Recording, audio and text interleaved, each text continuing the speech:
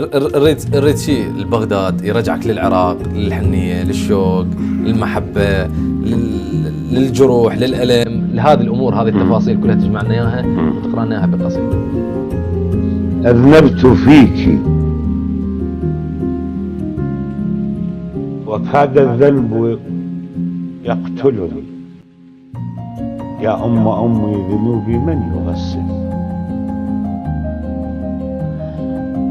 يا بغداد الحب أوصالي لك هبة، وأنت في الروح، كيف الروح أقتلك؟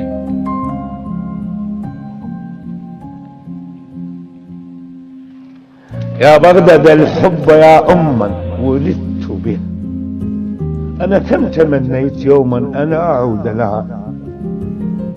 يا بغداد الحب ما جفت مدامعنا، نبكيك لوما رضيعا بالدموع لها.